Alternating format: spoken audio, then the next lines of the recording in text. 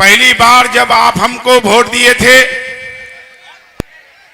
पहली बार नॉमिनेशन जिस दिन किए थे उस दिन हमको जेल जाना पड़ा था। आप लोगों ने देखा था कि मेरा घर तोड़ दिया गया था, मेरा घर कुर्की जब्ती कर दिया गया था, और जिस दिन नॉमिनेशन हम किए उस दिन हमको जेल में ठोस देने का काम किया। मेरी मां और बहनों, मेरी गार्जियनों, मेरे नौजवान साथियों, अगर 2005 में अगर आप मुझे नहीं जिताते तो शायद मुझे जेल से रिहाई भी नहीं होता। आपने पहली बार जो वोट देने का काम किया, आपने देखा भी नहीं था मुझे, आपने मेरा नाम को वोट देकर के जिताने का काम किया था। मेरा जीत नहीं हुआ था, ये जीत आप लोगों का हुआ था, क्योंकि हम तो जेल में थे, आप लड़े थे। आपने मेरे ऊपर एहसान नहीं बल्कि कर्ज दे दिया है, मेरे ऊपर कर्ज है। अगर आप 2005 में नहीं जिताते तो हम जेल से निकल नहीं पाते। मेरे ऊपर कर्ज है, मैं अगर जिंदगी भर आप लोगों का गुलामी करूं तो कम होगा। सिर्फ इतना कहने के लिए आया हूं, 2005 से 2020 तक आपने जो मुझे सेवा करने का मौका दिया, आपने जो मुझे मेरे ऊपर कर्ज दिया है, इसका कैसे मैं भरपाई करूं। मेरा अगर मौत हो तो मुझे माफ करना, क्योंकि सबका काम हम शायद नहीं कर पाए हैं, सबका उम्मीद पर खरा नहीं उतर पाए हैं।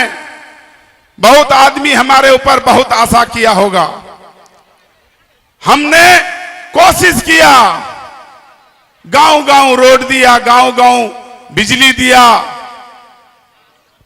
आपने देखा होगा कि 15 साल में अगर हम कुछ नहीं भी किए तो अपने मां बहनों का हमने 15 साल इज्जत बचाने का काम किया है।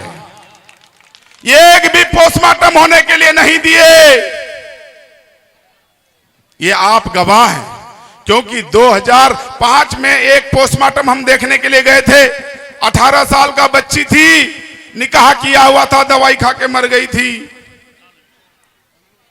पोस्टमार्टम देखने के बाद मेरा आंख फट गया था और हम उस दिन कसम खाए थे कि या अल्लाह, जब तक मुझे कुर्सी में रखेंगे आप, हम अपने मां बहनों का इज्जत नीलाम होने के लिए नहीं देंगे। और 15 साल तक हमने एक भी पोस्टमार्टम होने के लिए नहीं दिया।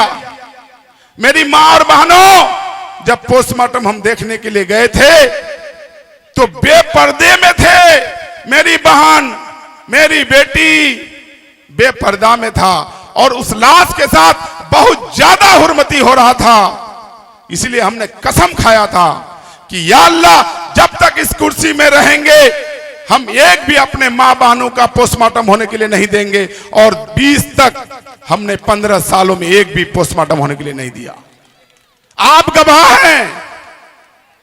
मैं अपने मां बहनों से कहना चाहूंगा कि 2020 में आपने मुझे रोजा रख करके हराने का काम किया था।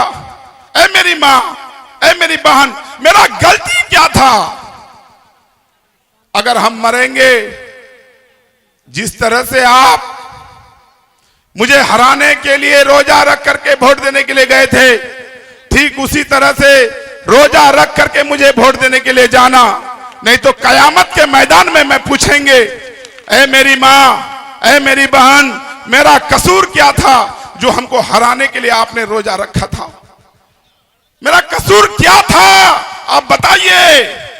आप कह दीजिए कि मैं इलेक्शन नहीं लड़ूंगा, मैं नहीं लड़ूंगा, लेकिन मैं आपसे पूछता हूं, मेरी मां और मेरी बहनें, क्या गलती था?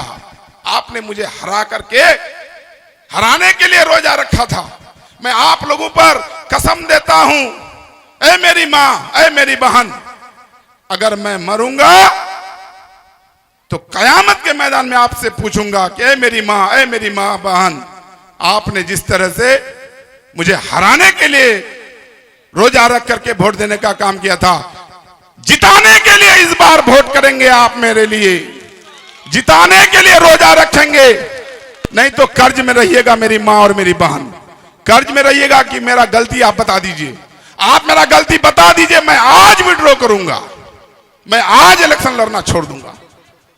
मेरी मां, मेरी बहन, तौसीफ आलम सिर्फ और सिर्फ जनता के लिए, निछावर के लिए कसम खाता है। मुझे कोई लालच नहीं है, आपने एक बार नहीं 4 बार मुझे एमएलए बनाने का काम किया। मैं चाहता हूं कि जो मेरे ऊपर कर्ज है मैं उसका भरपाई करूं। मैं चाहता हूं कि आपका उम्मीद पर खरा उतरूं। मैं चाहता हूं कि मेरा जो इलाके में कुछ काम छूट गया है, जैसे आपका दसिया टोली कब्रिस्तान वाला जो पुल है, जैसे आपका डाला और दरनिया के बीच में जो पुल है, जैसे और कुछ काम है, ये हमको करना है और कर्ज अदा करना है। मुझे कुछ नहीं चाहिए। मैं कसम खाता हूं, अगर मैं अपने जनता से धोखा करूंगा तो मेरे ऊपर खुदा का मार पड़ेगा। और मैं असदुद्दीन ओवैसी साहब से यही कहना चाहूंगा कि आप मुझे अपना लीजिए। मेरा बहादुरगंज विधानसभा के लोग आपके साथ खड़ा है।